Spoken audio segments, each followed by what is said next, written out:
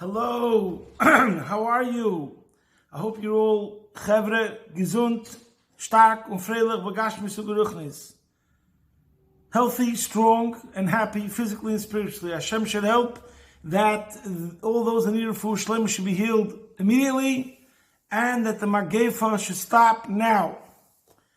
Today I'm still on a high from the amazing, wonderful Yontiv of Lag Boimer, and still feeling the greatness of Reb Shimon Bar Yochai. We spoke yesterday on the pasuk Tzidkos Cho Tzedek Liyolam, V'Saros Chemes, that Reb Shimon Bar Yochai's level of tzidkis, the level of his being a tzaddik, was the ultimate level, the absolute level, etc. So, we said yesterday that the pasuk of the Rebbe's kapitel that really is connected to Reb Shimon Bar Yochai was a pasuk that we spoke already about before, and this pasuk Chassidus brings down as a remez. It alludes to the day of Lag Boimer. That pasuk is Gal Einai V'Abito Niflois Miteirosecho. Dovra Melech asks of Hashem, unveil my eyes that I may behold wonders from your Torah. So Chassidus explains what is wonders of your Torah. Niflois Miteirosecho. That is Pnimius HaTorah, the inner dimension of Torah. As we mentioned yesterday, the Kabbalah that Reb Shimon Bar Yochai revealed in his Sefer of the Zohar. So what does it mean, Niflois Miteirosecho? If you go to a regular Jew and you ask him what's going to happen when Mashiach comes, so everyone agrees that when Mashiach comes, the Soidos HaTorah, the secrets of the Torah, are going to be revealed. Which means right now everyone's learning a certain level which is called Nigla, the Torah, the revealed aspects of Torah.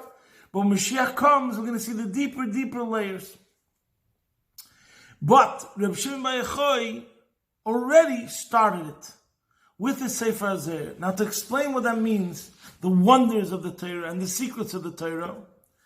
So let's imagine, let's go back to the beginning and ask a person, what is Torah? If you speak to an Orthodox Jew, an observant Jew, the basis of the entire Torah, why we keep everything that it says there, is because Torah is min Hashemayim. It comes from Hashem. And therefore the Rambam wrote and writes, the Torah will never change, because since it comes from God and God is perfect, so therefore it can never change. But the truth is, we can still look at it two ways. Is that really God as God is in relation to himself?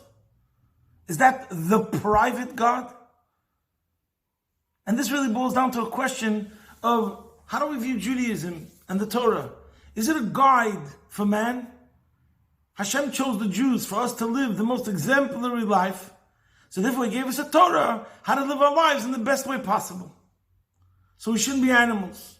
We should be the best humans, so to speak. Or we say no. The Torah is not a guide for man, it's a revelation of God. The Torah is a reflection of of the inner workings of his mind. He has kaviyachol, nothing better what to think about. Now this is something that's not easily absorbed. You got to wrap your head around it.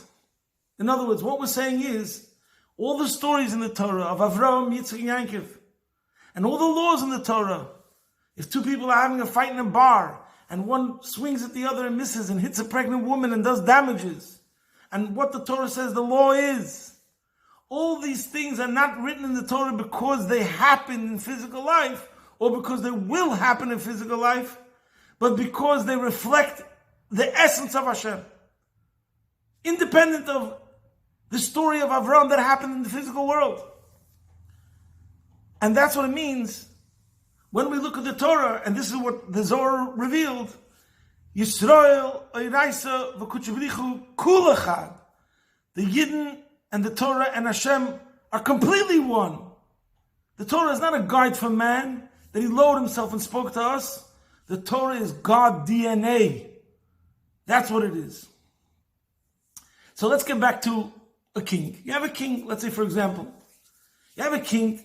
One way to look at the Torah is you have a king standing on a balcony, addressing the nation. Now, are you going to say just because you heard his instructions and he's addressing the nation, do we know now the personality of the king? Do we know the king as he is behind closed doors? Of course not.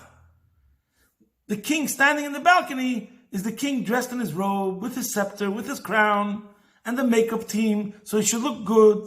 They put on makeup. So he stands in the balcony, addresses the nation, and there's a connection of the nation to the king as he addresses them, and we follow his instructions. But imagine that we're not talking about the king as he's standing in the balcony addressing the nation. We're talking about the king in his bedroom. We're talking about the king in his study. And that's what the Torah is. In other words, imagine we have Hashem, and Hashem is pure infinity, absolute infinity, beyond infinity. And we're talking about the essence of time, space, and spiritual worlds and dimensions that we can't even imagine. And they're totally beyond us. And we're saying that's really what the Torah is. Divinity itself, the essence of Hashem.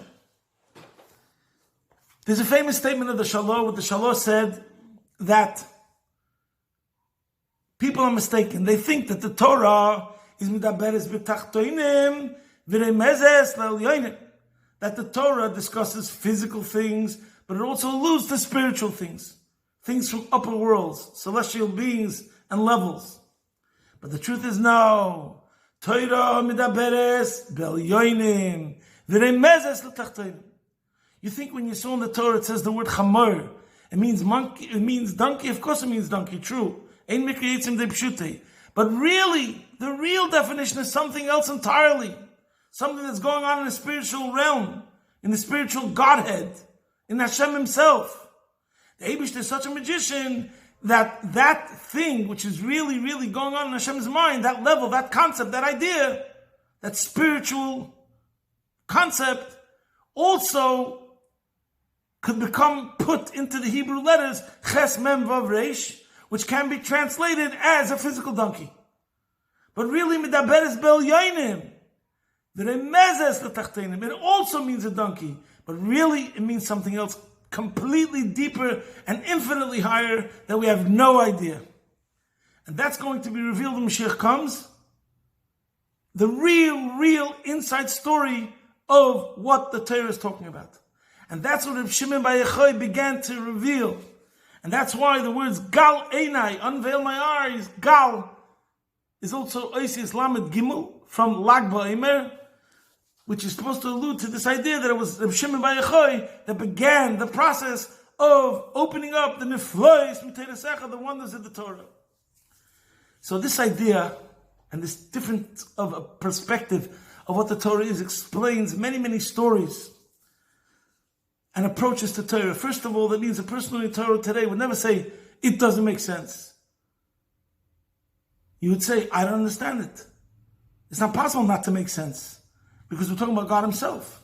If you were saying that it's a message from God to man, then you could start questioning, but maybe it's how to touch with reality. Of course, a person wouldn't say that, but I'm just saying.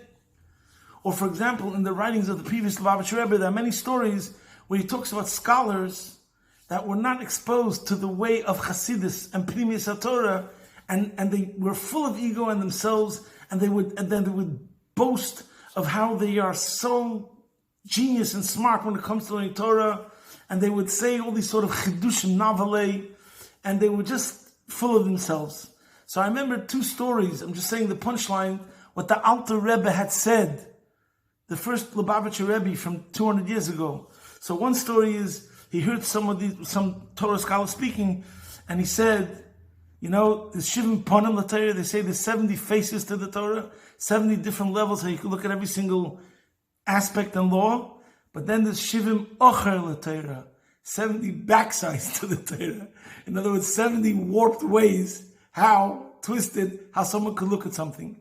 So obviously, the more a person is aware of the divinity in Torah, the more he's humble, and he will be able to aim and hit and sail straight to come to the Shivim Ponim LaTorah.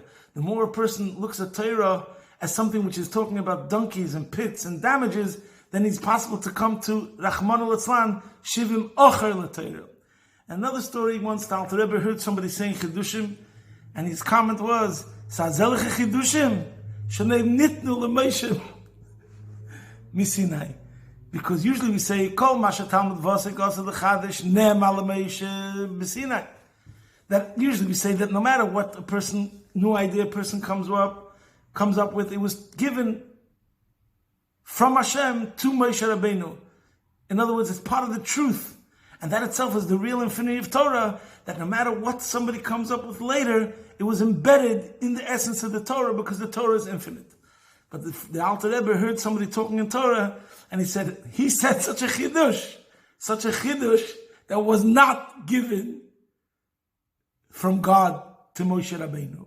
And again, because the person is so full of himself, he does not have the humility to be able to surrender and merge and become one with Hashem's infinity, and therefore come to the right conclusions.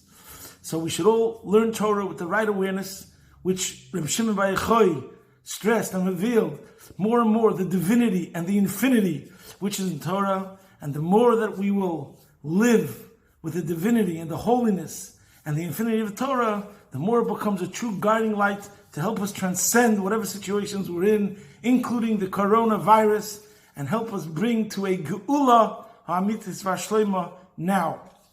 Posting from my home, Be'ez Hashem Yisbarach, your man in Melbourne.